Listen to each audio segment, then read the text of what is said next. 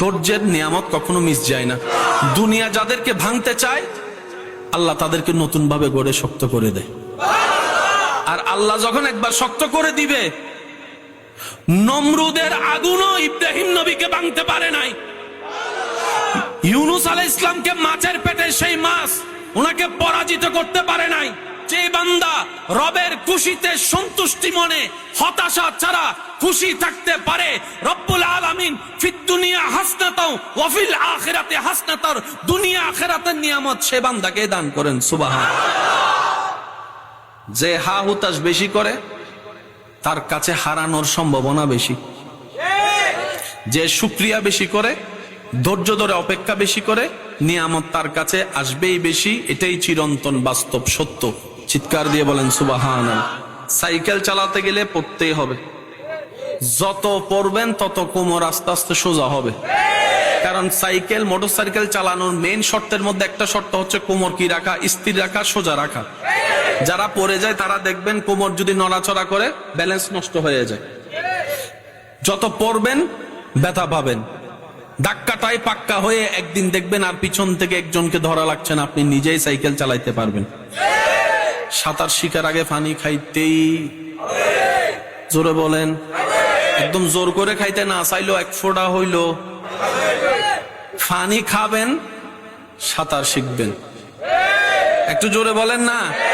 ধাক্কা খাবেন, ধৈর্য ধরতে পারলে রবের উপর সন্তুষ্টির সাথে পাক্কা হবেনই হবেন। এমন ভাবে আল্লাহ তাআলা আপনাকে পাকা বানাবে, মজবুত বানাবে।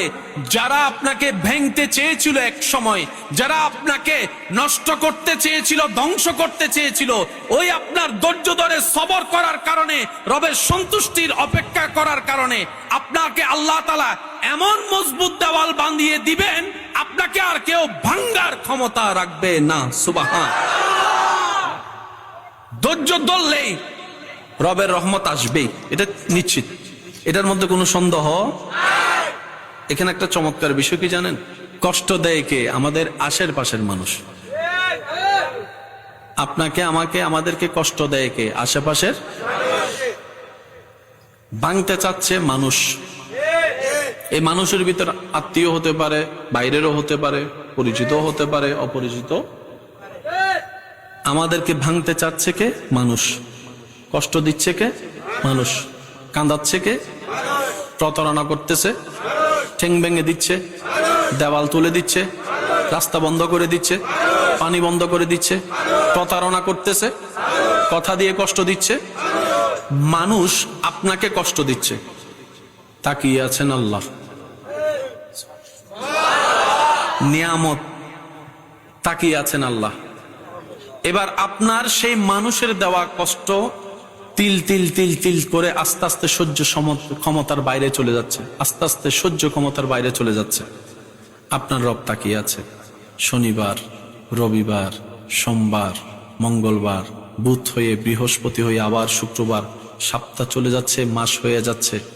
আপনি শুধু রবের দিকে তাকায় সবর করে আছেন। রবের যেই দিন ইচ্ছা হবে, রব ফেরেশতাকে বলবে, কিরে আমার বান্দাকে মাসের পর মাস, বছরের পর বছর কষ্ট দিচ্ছে, সেইভাবে ধৈর্য ধরে সহ্য করে আছে কেন? ফেরেশতা বলবে, আল্লাহ তোমার হুকুমের অপেক্ষায় বসে আছে, তোমার হুকুমের অপেক্ষায় বসে আছে।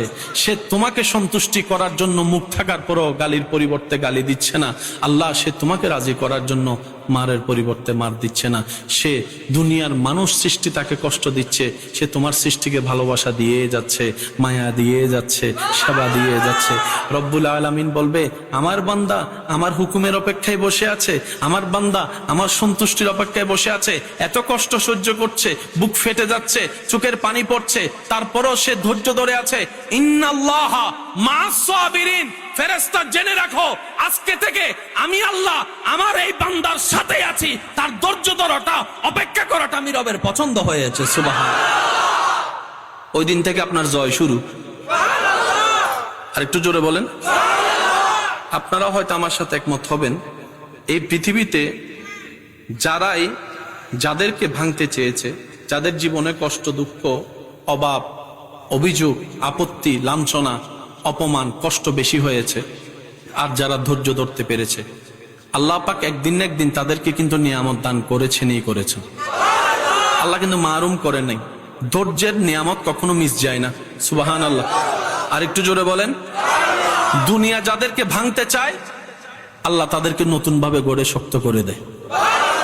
আর আল্লাহ যখন একবার শক্ত করে দিবে, নমরুদের আগুনও ইব্রাহিম নবীকে ভাঙতে পারে নাই। ইউনুস আলাইহিস ইসলামকে মাছের পেটে সেই মাছ ওনাকে পরাজিত করতে পারে নাই। তলোয়ার ইসমাইল নবীর অন্তর থেকে ঈমান নিতে পারে নাই, ভয় দেখাতে পারে নাই। কারবালার সেই কঠিন কষ্ট ইমাম হোসেনের মুখে মলিনতা আনতে পারে নাই। রব যার সাথে, জয় তার সাথে।